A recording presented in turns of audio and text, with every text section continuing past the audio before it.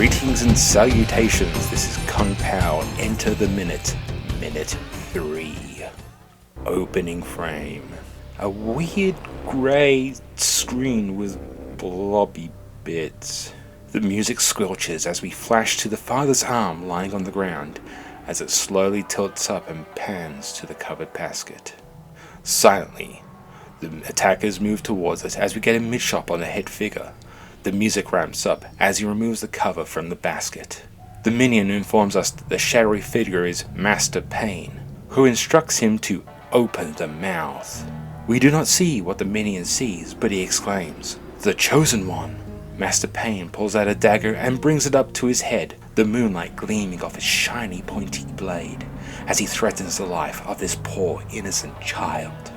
And then Master Pain brings the dagger down to execute the child, but is stopped by the arm of the tiny child. The closing frame is a close-up of Master Pain as he blinks in surprise. As I mentioned beforehand, the actor playing young Master Pain is Leo Lee, and this is probably the first time we actually see his face and a mustache and the hairdo in any real detail. If you know this movie, yeah, he does kind of look like a young Master Pain with all the get-up. I have no idea what the guy looks like. I'm probably sure I can Google image search this in the future while I'm editing and just paste it here. And waffle on a bit so you can actually get a good look at what this guy looks like. I'm sure he's a lot more handsome than this movie portrays him to be. So this is actually the first part of the movie where the misdubbing happens, and this is where this becomes the conceit of the premise of the movie. Steve Odekirk and a lot of people, myself included, love like some of the old choppy socky martial arts films where they got badly dubbed into English for the ignorant Western audiences. And so this became a feature of a lot of this genre, and it's even funnier when sometimes you get, these English actors and they come into the country and then they didn't bother to record the audio because they knew it would be dubbed, so you get these weird films. I think I know Mystery Meets Science Theatre has done a couple of these, like Agent 007, which was Sean Connery's brother playing a doctor who gets mistaken for his much famous older brother's secret agent, and it's a weird film, and I believe it was done in Italian. They didn't dub the voices because they knew they were just going to overdub them anyway. The other one I can remember is it's a Jackie Chan film. I think it's called Mr. Nice Guy. I think it was shot in Australia, but you can see that either they lost the original English dub or they didn't bother to record for voice because all the English actors are speaking English lines and they're overdubbed, and the it's like this. It's like they're speaking English, but their mouth movements are not corresponding with the sounds. It's amazing, and really, really distracting in that case, because it was such a modern movie that it's imagine seeing a movie made in 2000 and a brand new movie, and the dubbing was just horrendous. So yeah, that's pretty much what this movie is being based upon. That's the gag of the movie, and as we get further into it, we'll see how Odekirk and crew gleefully played around with this, and it's one of the reasons I love this movie. I think I got into this kind of particular style of overdubbing with Hercules Returns.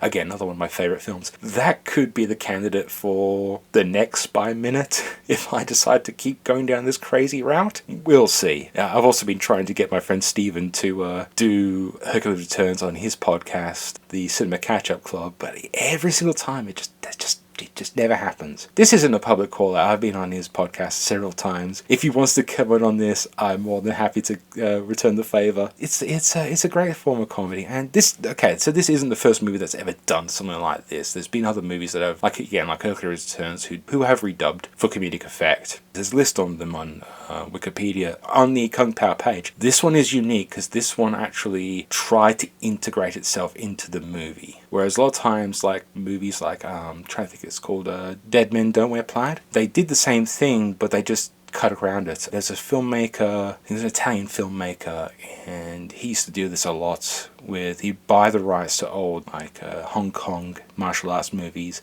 and then film the Western parts, try to I won't say even match it, but he tried to match the backgrounds and recreate an entire movie around it. God, he's going to keep me. I'm going to have to research this. Future Simon's going to have to research this and put it in another minute. One of the best things to come out of this was a great web series. If you're interested in this type of stuff, is Ninja the Mission Fortress. They do more of the older style. This movie particularly went the extra effort and used CGI and blue screen and all sorts of different things to really integrate the two movies together to create a new movie. So this isn't old, but this is taken to a next level. Again, we'll talk more about this because I have 70 odd episodes to fill. So before I forget, the first frame of this particular minute is, I tell you, it's that great thing. That was not intentional. I didn't edit it around. I did use exactly 1 minute edit points. I chopped this up in Adobe Premiere. The likely reason this actually happened is because maybe compared to anyone listening to this in, say, the US with a different release, I'm using an Australian DVD. It is set at 25 frames per second. So yeah, on that pretty much edit point right there, I don't think that was intentional.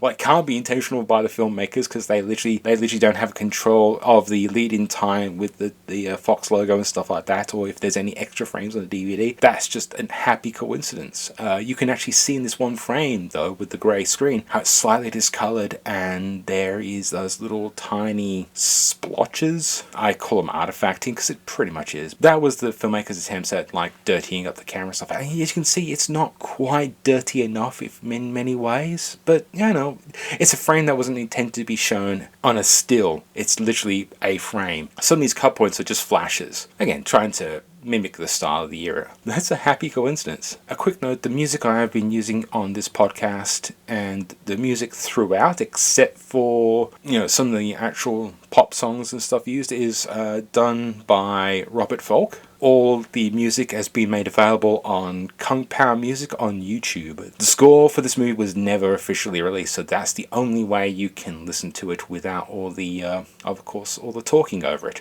And it's actually really good, so I actually would recommend it. I'll leave a link on the bottom. So now we're going to cut to the audio commentary where Steve talks about the actual whip pan weapon technique used in a lot of these old movies. You know, if somebody throws something, you whip away from their arm, and you know, the knife's already stuck in when you whip to it.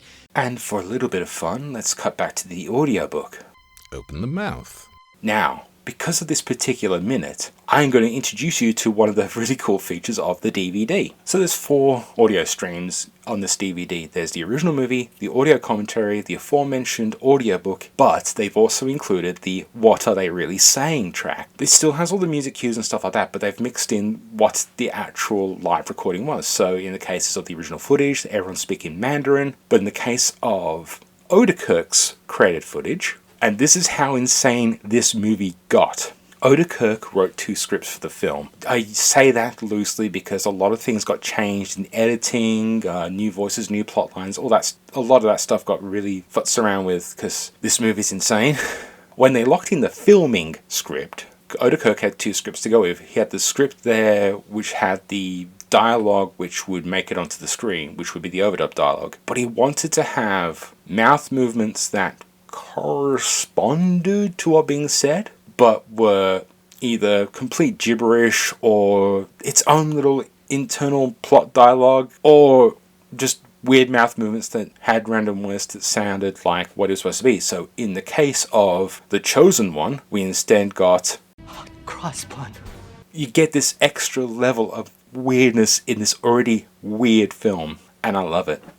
So thank you for listening to me prattle on about this movie. I can't believe I've done 3 episodes already. I mean, unfortunately, I recorded this in 2 days. And, you know, you're not going to notice this. This might be 3 weeks from now. It depends on the release schedule and how much it takes me to edit this and all the other stuff that has to happen in life. You know, we're all stuck indoors. Well, some of us are. Some of us are wandering around like the world hasn't exploded several times in the last 3 months. Was it 4 months now? I've lost track. So yeah, please like, share, subscribe. Follow me on YouTube at Fanboy Crossing. Follow me on, what's the other one? Facebook on Fanboy Crossing. I'll probably have Kung Pao Enter the Minutes Facebook page up soon. Well, it might be up by the time you hear this. I don't know, I haven't done it yet. It's only a Saturday. Jeez, what do you expect from me? If you want to kick me a coffee, links below. Again, I might have Patreon up. I don't know. The links are below. If it's not working, shoot me a message, say, hey, I want to give you money, and I'll probably go, oh, are you sure? I mean, it's only 3 episodes. I mean, I got a lot of stuff on YouTube. I mean, come on, you know? I mean, I guess if you want to give me money, I'll keep going. I mean,